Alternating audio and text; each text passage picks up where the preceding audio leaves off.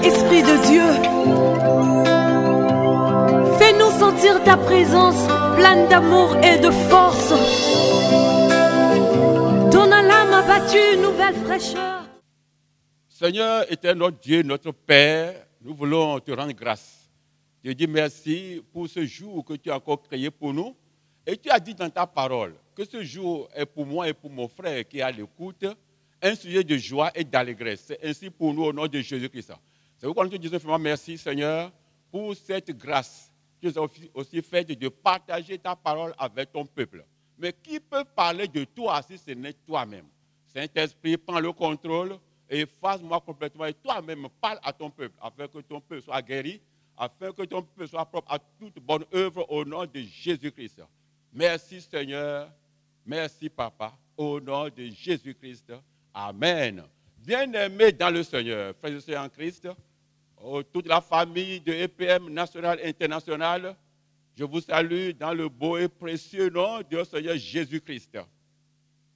Que la gloire de ce Dieu règne dans votre vie au nom de Jésus. Parce que tu es à l'écoute, que le Seigneur, par cette parole, inonde ton cœur de sa vie Zoé. Parce que la Bible dit que la parole de Dieu est esprit et vie. C'est la vie Zoé. Cette vie va rentrer en toi et transformer ta vie à la gloire de Dieu au nom de Jésus-Christ. Sois à l'écoute, ne déconnecte pas et tu seras béni au nom de Jésus-Christ. Depuis le début de l'année, nous sommes en train de voir le thème général, aller de progrès en progrès. Oui, tout ce qui a vie doit croître.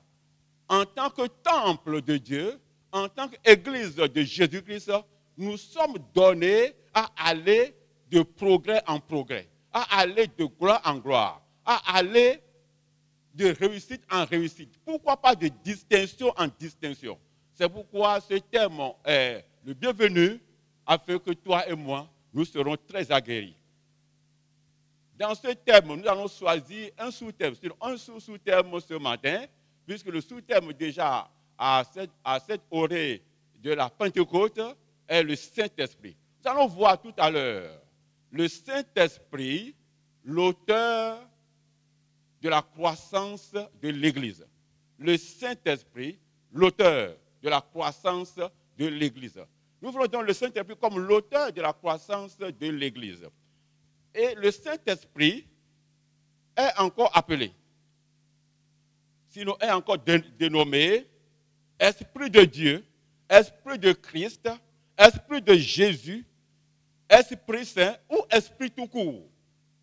C'est sous cette domination et sous d'autres encore que le Saint-Esprit est désigné.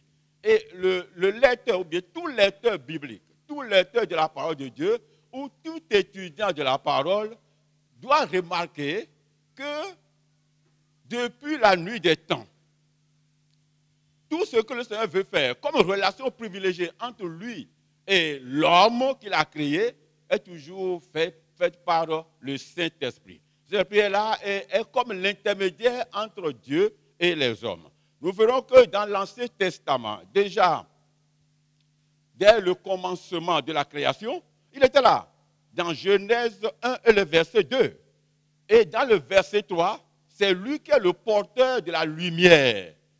Le Saint-Esprit est la lumière de ce monde. C'est pourquoi toi et moi, et l'Église de Jésus a besoin du Saint-Esprit. Dans le livre d'Exode, il a conduit le peuple de Dieu depuis, à travers le désert, jusqu'à la terre promise. C'est lui qui les a conduits. C'est le Saint-Esprit qui a conduit ce peuple à travers du désert, ce désert atroce, jusqu'à la terre promise. Et c'est lui qui agissait aussi dans les juges et les prophètes. Et c'est pourquoi 2 Pierre 1 et le verset 21 nous dit clairement que ce n'est pas par une volonté d'homme qu'une prophétie n'a jamais été donnée, mais que c'est poussé par le Saint-Esprit que des hommes ont parlé de la part de Dieu. C'est par le Saint-Esprit que la Bible a été écrite. C'est lui qui est l'écrivain de la parole de Dieu. C'est par lui que les juges nommés par Dieu lui-même rendaient justice. Nous avons aussi remarqué que pour des tâches spécifiquement difficiles, délicates, le Saint-Esprit donne l'habilité aux gens de le faire. Et c'est le Saint-Esprit qui a donné l'habilité aux gens pour construire, par exemple, sinon confectionner les vêtements d'Aaron. Et nous verrons Besali, à qui Dieu a donné le Saint-Esprit, la sagesse, l'intelligence, la compétence pour construire le tabernacle. Ce tabernacle, mon frère, ma soeur, si tu le vois, tu vas croire que c'est descendu du ciel. Si tu vois la finition, non, ce n'est pas sur cette terre. Même quand tu vois les vêtements d'Aaron, on ne peut pas comprendre comment c'est confectionné. Parce que les gens l'ont confectionné sous l'inspiration du Saint-Esprit. Le Saint-Esprit était là depuis la création du monde. Et c'est lui qui s'est vu d'intermédiaire entre Dieu et les hommes. Ce temple mobile dans le désert, il a fallu que le Saint-Esprit intervienne afin que ce temple soit construit de la manière du ciel. Alléluia. Nous verrons que le Saint-Esprit, ce Saint-Esprit est toujours à l'écoute de tout croyant, de tous ceux-là qui veulent voir ce Dieu qui est le créateur de toutes choses.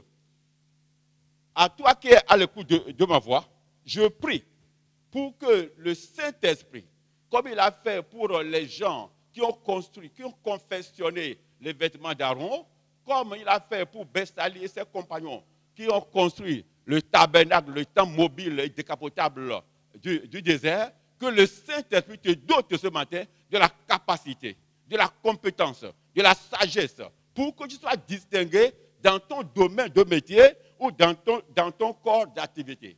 Que ce Dieu se souvienne de toi afin que tu sois distingué dans ton domaine d'activité. Reçois cette habilité-là au nom de Jésus-Christ. Toi et moi, nous devons être réjouis, être en joie, conformément à la déclaration solennelle que Dieu a faite dans Joël 2, le verset 28 et 29. Après cela, je répandrai mon esprit sur toute chair. Vos fils et vos filles prophétiseront. Vos vieillards auront des songes. Vos jeunes gens des visions. Même sur les serviteurs et sur les servantes, en ces jours-là, je répandrai de mon esprit. Lorsque j'avais lu cette parole, le temps que j'avais donné ma vie à Jésus, je me suis dit, donc ça veut dire que le Saint-Esprit peut être reçu par n'importe qui. Lorsque la personne désire, donc il peut le recevoir. Et c'est ça qui a révolutionné la vie chrétienne. Alléluia. Lorsque nous voyons dans Galates 4, la Bible dit que lorsque le temps était révolu, lorsque le temps était arrivé pour que le monde soit sauvé, que Christ vint. Christ vint comment? Christ vint comment? Dans Luc 1 et le verset 35, la Bible dit, parlant de comment Jésus devait être né du Saint-Esprit, que le Saint-Esprit viendra sur toi, toi là c'est sur Marie, et la puissance du Très-Haut te couvrira de son ombre. C'est pourquoi l'enfant qui serait né serait appelé fils de Dieu. Jésus a été conçu par le Saint-Esprit et à son baptême, le Saint-Esprit est encore descendu sur lui sous forme de colombe pour proclamer son identité par rapport à Dieu. Tu es mon fils bien-aimé, l'objet de mon affectation, selon Luc 3, le verset 22. Mon frère, ma soeur, il ne faut pas te gêner pour proclamer, pour dire aux gens, moi je suis chrétien, moi je suis pasteur, moi je suis... Non, ce que tu es, le Saint-Esprit le dira à tout ton entourage, à travers ton comportement, parce que le Saint-Esprit est arrivé non seulement avec des dons, mais aussi avec des fruits. Alléluia. Rempli donc du Saint-Esprit et conduit par le Saint-Esprit, Jésus pouvait achever et accomplir l'œuvre que son Père lui a donnée. C'est seulement par le Saint-Esprit que Jésus a pu accomplir l'œuvre salvatrice à la croix du Calvaire. Je prie ce matin pour que toi aussi, que ce Saint-Esprit, cet esprit de puissance rentre en toi pour changer ton histoire. C'est pourquoi il disait aux apôtres, ces apôtres affairés, apeurés, très apeurés, les mains vides. Mais ils iront faire quoi? Jésus leur disait, restez à Jérusalem, Parce que vous recevez une puissance. Vous recevez une puissance. Le Saint-Esprit se verra sur vous et vous serez mes témoins à Jérusalem, dans toute la Judée, dans la Samarie et aux extrémités de la terre. Mais comment ça peut être autrement? Comment des gens apeurés, comme Pierre et ses compagnons, des gens apeurés, les mains vides, peuvent aller partout dans le monde, comme leur mère leur avait dit, peuvent aller partout dans le monde et prêcher la parole de Dieu à toute la création? Comment ils peuvent le faire? Des gens apeurés. Ils vont parler de qui? De celui-là que le monde a crucifié. Le monde l'a rejeté, le monde l'a maltraité, et finalement le monde l'a crucifié. C'est de ce Jésus crucifié, rejeté, que des gens apeurés allaient parler. Comment ça peut être? S'ils n'ont pas besoin de l'Esprit de Dieu. C'est le Saint-Esprit qui les a dotés de la puissance. Des dons du Saint-Esprit, c'est le peuple qui les a dotés de ses fruits afin qu'ils aillent partout dans le monde et prêcher l'évangile de Christ. Si toi et moi nous sommes sauvés aujourd'hui, oui, ce n'est pas leur œuvre. Ils n'ont pas fait ça à la main vide. Ils ont fait cela dotés de la puissance du Saint-Esprit. Nous avons besoin de cela. C'est lui seul, ce Saint-Esprit, qui est l'auteur et celui-là qui doit faire croître l'Église. Et l'auteur de l'Église, le fondateur de l'Église est l'auteur de la croissance de l'Église. Mon frère, ma soeur, si tu as besoin de quelque chose sur cette terre en tant qu'enfant de Jésus-Christ, il faut seulement être proche de cet esprit-là. Il faut seulement que tu embrasses cet esprit. Il faut seulement que tu sois en relation directe, en relation privilégiée avec cet esprit qui a tout à nous donner. Lorsque nous demandons, le Père nous le donne, comme il nous l'a promis. Mon frère, ma soeur, frères et sœurs en Christ, nous savons et nous sommes convaincus que c'est à travers le Saint-Esprit que l'Évangile a donc été répandu dans le monde entier. Et lorsque nous voyons le livre des Actes des Apôtres et comment le Saint-Esprit est en mouvement dans ce livre, nous pouvons affirmer que le livre des Actes des Apôtres devrait s'intituler normalement « Les actes de Jésus crucifié accomplis par le Saint-Esprit à travers les apôtres ». Parce que lorsque tu lis ce livre, tu vas voir que celui qui opère, que c'est le Saint-Esprit, l'Esprit de Christ, dont ils ont été dotés. Plus que l'Église primitive, toi et moi, nous avons aussi besoin aujourd'hui d'être accolés, d'être liés, d'être associés avec le Saint-Esprit, si nous ne voulons pas avoir une vie dormante, une vie d'échec, et si nous ne voulons pas avoir nos églises froides et stagnantes, nous avons alors besoin du Saint-Esprit. C'est lui seul, lui et lui seul qui peut nous aider. Le temple de Dieu que nous sommes et l'église de Jésus-Christ que nous constituons, devons rechercher permanemment notre connexion avec le Saint-Esprit. Nous allons citer quelques connexions que nous pouvons avoir avec le Saint-Esprit pour que ce Saint-Esprit révolutionne notre vie. Et c'est aussi les différentes routes qui vont vers le Saint-Esprit, les différents chemins qui mènent vers le Saint-Esprit. Nous en avons recensé au moins 6. Le premier chemin, c'est la vie de sanctification, une vie régulière de sanctification, selon 1 Thessaloniciens 4, du verset 3 au verset 8. Il n'y a pas de chrétien qui sera accolé au Saint. C'est l'Esprit Saint. C'est le Saint-Esprit. Tu ne peux pas être accolé au Saint-Esprit lorsque tu ne mènes pas une vie de sanctification. Lorsque tu n'es pas réservé à part pour ce Dieu-là, pour qui tu utilises. Et deuxième chemin pour parvenir au Saint-Esprit, c'est la prière. La prière sans cesse par le Saint-Esprit. La vie de sanctification par le Saint-Esprit parce que c'est lui seul qui peut le faire. On ne peut pas le faire sans lui. Et la prière sans cesse, toujours par le Saint-Esprit, sur le 1 Thessaloniciens 5, le verset 17, et Romains 8, le verset 26. La prière, oui, la prière. Même si tu es debout, tu es en forme, tu vas prier. Si tu es couché, tu vas prier. Peut-être que tu ne mets plus couché, ta position, sinon ton état t'a mis par terre, même si tu es assis ou bien tu es couché, tu dois prier. La prière sans cesse. La prière peut tout faire, même changer l'homme en femme et la femme en l'homme lorsqu'il est encore dans le ventre de sa maman. Alléluia. Le Saint-Esprit est puissant, il est fort et c'est lui seul qui peut le faire. Troisième chemin pour aller vers la connexion avec le Saint-Esprit, c'est la méditation de la parole. Nous devons méditer chaque jour la parole de Dieu, et ceci par le Saint-Esprit. Et c'est pourquoi l'Éternel Dieu disait à Josué qui avait peur du peuple d'Israël, parce qu'il a vécu comment ce peuple est rebelle et comment ce peuple allait même lapider son chef, Moïse. Mais lorsque le temps était arrivé pour que lui succède à Moïse, il avait peur, il était apeuré. Et Dieu lui disait, pour que tu réussisses, selon, bien sûr, Josué 1, verset 8, avant de réussir ton œuvre, plonge tous les jours ton regard dans la loi parfaite, dans la loi de Dieu. Ne te détourne ni à gauche, ni à droite. Toi et moi aussi, pour accéder au Saint-Esprit, nous devons lire la parole de Dieu tous les jours, la méditer, la lire, selon Jean 14, verset 25, ou bien Jean 16 et le verset 13.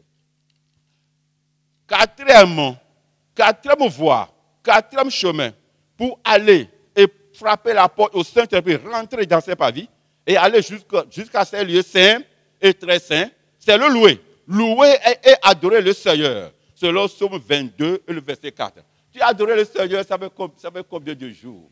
Oui, tu vas l'adorer, ce n'est pas seulement à l'église. Tu dois adorer le Seigneur, tu dois le louer. Lui siège dans les lois de son peuple. Et lorsque le roi siège, qu'est-ce qu'il fait? Il traite les dossiers. Lorsque tu loues le Seigneur, ce n'est pas seulement à l'église. Lorsque tu loues le Seigneur à la maison, même dans ton service, lorsque l'occasion se présente, même devant ton étalage au marché, dans ta boutique, lorsque tu loues le Seigneur, lorsque tu l'adores, mon frère, ma soeur, tes dossiers auprès de lui seront traités et seront bien traités. C'est pourquoi, toi et moi, nous devons le louer, nous devons l'adorer. Alléluia. Adorer le Seigneur, c'est faire venir sur soi-même la puissance de Dieu.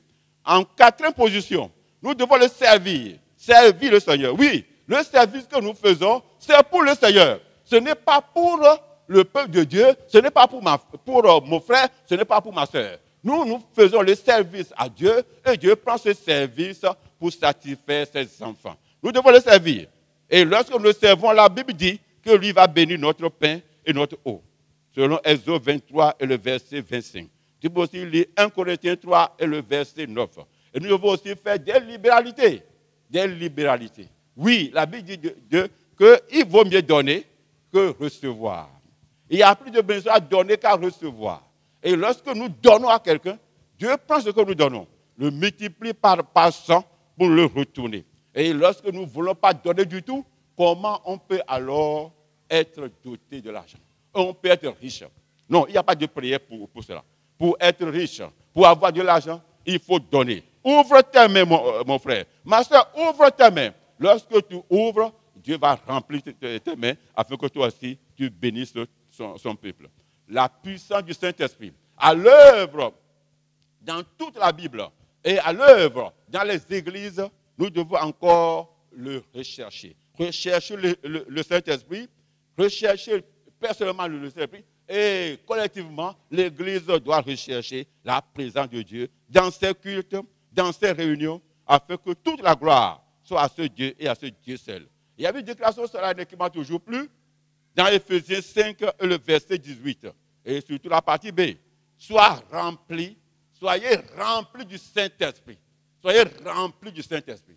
Soyez remplis du Saint-Esprit.